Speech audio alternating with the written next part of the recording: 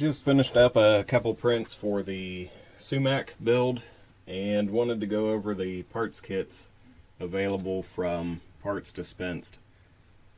At the time that I ordered, the upper receiver was in stock, but the bolt was not, and I was waiting to see if they would get that back in stock or if I needed to order it elsewhere before purchasing.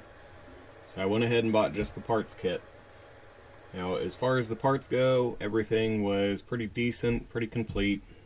It came with the piano wire to make your little spring here. I think the only thing that was really missing was some heat set inserts for the grip panels and screws for the grip panels. I had some M3s laying around and set those in, and then I had some M3x12. They're a little bit long. They extend down in there, but it's not really a big deal. We're not storing anything inside, so it doesn't matter. For these two screws here on the adjustable magwell, Parts Dispense includes two 3x30, and you'll see in the instructions that's what they recommend as well. But I noticed when tightening these up that the threads did not engage in the nylon portion of the nylocks. So I took a couple 35mm length screws and trimmed them down, so now they will engage all the way. And once we get some mags, we can adjust that, and I'll end up having a thread or two sticking out that we can file down. For the spring that goes in this piece, it calls for an AK spring that is 30mm in length or comparable spring. The one included from Parts Dispensed is, roughly speaking, 40mm in length, and I don't know if they did that because it worked better at their tests or if that's just the length the AK springs come in. Either way, for the time being, I left it at the 40mm length for installation. It does have quite a bit of pressure on it, but we'll see what happens once we get some mags in the upper and everything in. Now, I did select their option to add the fire control group, and I'm going to take the blame on this one because I didn't read everything that was included in it. I should have. I don't know. I guess I just assumed it would be more along the lines of a lower parts kit for what they were charging. It was nearly $45 for the fire control group. Now, normally, if you get on Palmetto State Armory, you can find the entire lower build kit for $45 that includes a grip, a safety selector, all the springs, the front and rear retaining pins, the fire control group, springs, pins, etc. So, had I taken the time to read, I would not have purchased this from them. I would have spent the same or less purchasing the entire kit from Palmetto State Armory. At this point, it is literally going to be cheaper to go purchase that kit from Palmetto than it will be to purchase the individual pieces that are missing. So that is one thing that I would definitely recommend you consider when picking out these kits. Another thing that I noticed, this back plate, if you read the instructions, it says that the screws should be two different lengths, and this is because this screw has more plastic that it needs to pass through than this one. The screws included in the kit are both the same length. Now, I didn't have any issue with that. They both seem to work. The part that I did have an issue with is these heat set inserts. They are a little bit long, and the printed holes in this part are not deep enough to accommodate this. When you start setting these screws, the plastic has to go somewhere. It goes to the bottom. Once it hits the bottom and you keep pushing to get this flush, it starts pushing the plastic up into the threads. When you try to screw these in, they will not go all the way because the bottom is plugged. You can take a 4mm drill and remove some of that plastic, make the hole a little bit deeper, and these threads will actually cut into the plastic. Or you can take a larger drill and drill the bottom of this out before you put the heat sets in. That's what I would recommend so that you don't damage the threads.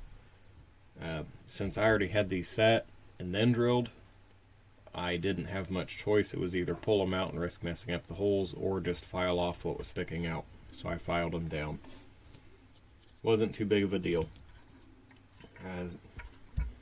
These threaded rods and nuts are included in the kit as well, and they are cut really close to length. They do a good job of tapering the ends and cleaning up the threads so everything screws together really easily.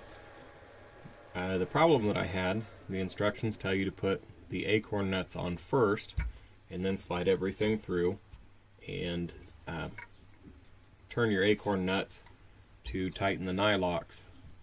Now, this is only held in place on two sides of the nut, and when you start turning these, it's fine all the way up until the threads engage with the nylon. Once the threads hit nylon, it gets a little bit harder to turn, and these nuts will just spin. So what I recommend doing is taking a pair of channel locks or something and just grabbing onto the threaded rod. You're not using any of these threads in here. It doesn't matter if you damage them. Put them in a vise, put them in vice grips, put them in channel locks. It doesn't matter.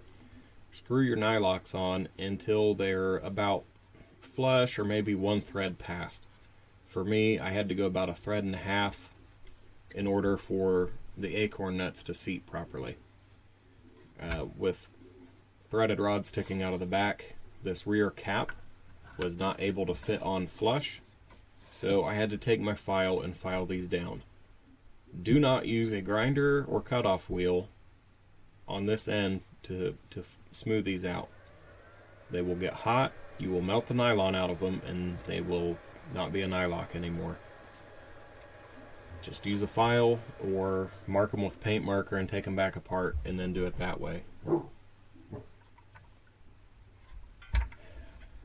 I think probably the hardest part of this build is getting the mag release spring set in place.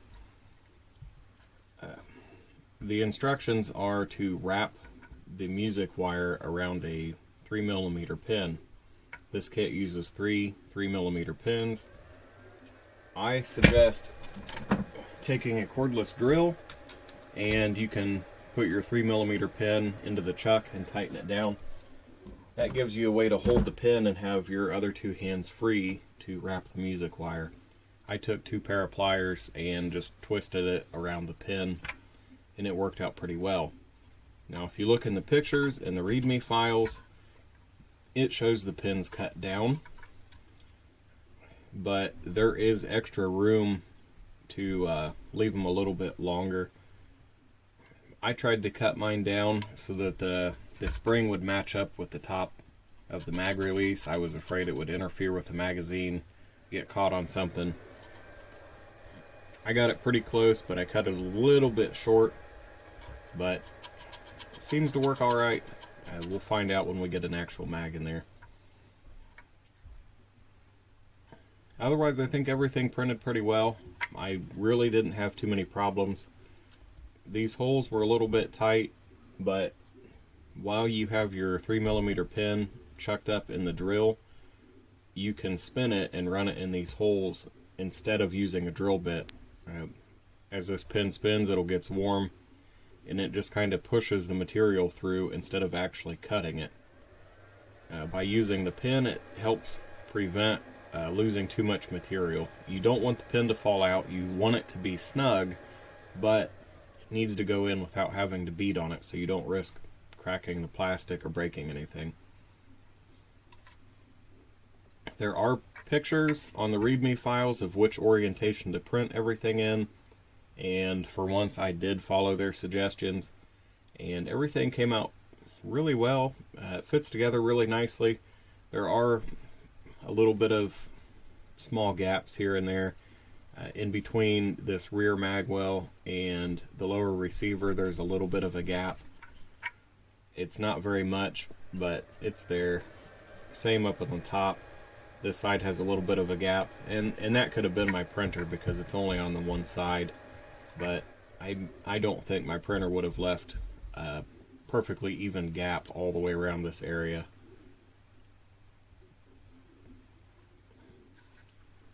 I was a little bit concerned about the front magwell and the grip. because of how they fit together, but the creators left enough room in there that these fit together nicely, and I did not have to do any filing or sanding or anything on them to get them to fit. I did not use a raft on these. I know some people like to use rafts for building parts like this to make sure they don't shift, but I was able to get by just fine with a brim. And hopefully we can get some the rest of the parts in soon to finish this up. We do have a few guns we need to take out to the range, but stuff has come up and keeps pushing everything back. We'll get another video on here soon and hopefully get you guys some updates.